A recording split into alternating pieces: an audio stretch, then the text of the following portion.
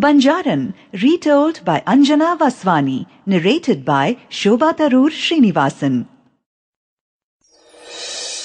Banjaran, Introduction.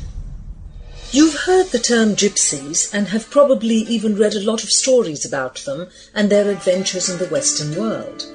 Banjaras are Indian gypsies, and much like their Western counterparts, they're peace-loving wanderers who even today stock great faith in magic and superstitions. You'll find Banjara tribes all over India, in Andhra Pradesh, Maharashtra, Rajasthan, Karnataka, and many other states, and each tribe may follow different customs and have different beliefs. But our story centres on the nomadic tribes that moved freely around the Deccan hundreds of years ago. In this story, the Banjara community is terrified that someone may ruin their hills because they're nature worshippers. This isn't exactly true today, as most Banjara tribals now follow Islam or Hinduism. But what hasn't changed is this tribe's love for Mother Nature. They still revere her, respect her strength, and appreciate her many gifts. They would never loot her treasures callously. Music and festivals form the centre of their lives even today.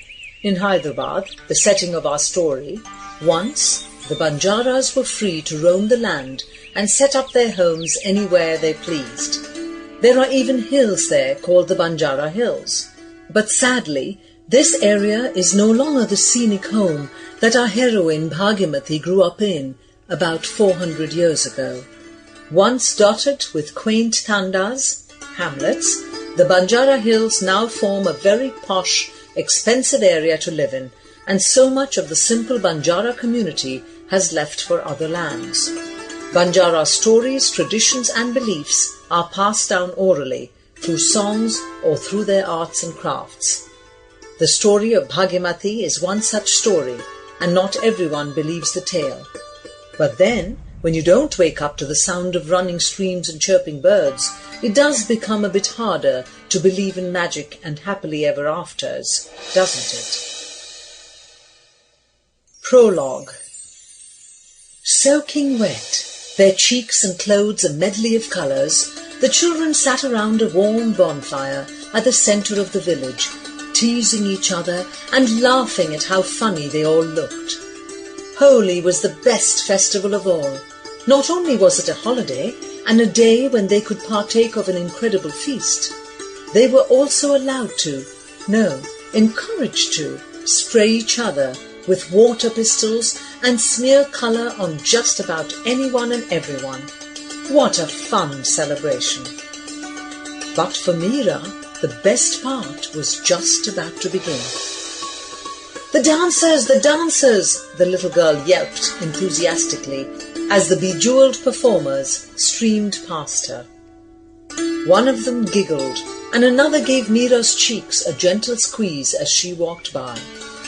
Meera hurried after them, elbowed her way through the colourful mob and planted herself on a large rock right in the front, an enviable seat. Unobserved by her, a group of rowdy boys sulked. A girl had no business being on their side of the seating arrangement. "Girls are so lucky," Meera suddenly overheard one boy saying. "They never have to wake up for school, never." The complainant's friend agreed wholeheartedly, and the two boys moaned about how Banjara boys had it so tough. Temporarily distracted, Meera frowned. They had it tough? She had to wake up every single day before her brother did, and walk all the way to the riverside to fetch water for their family. Then, while her brother got to listen to his teacher's beautiful stories, she had to milk the cow, herd the sheep, cook a meal, sweep the house, and, after all that, every evening she had to report to the tribal dance teacher for her classes, because all Banjara girls were required to be trained in the traditional dance form. Impulsively, she picked up a pebble and aimed for the messy glop of hair, but just as she was about to launch her missile, the Dahlia, the Banjara bard, started shaking his wooden clapper and humming a tune. She was a girl, just a Banjaran, with no Sample complete. Ready to continue?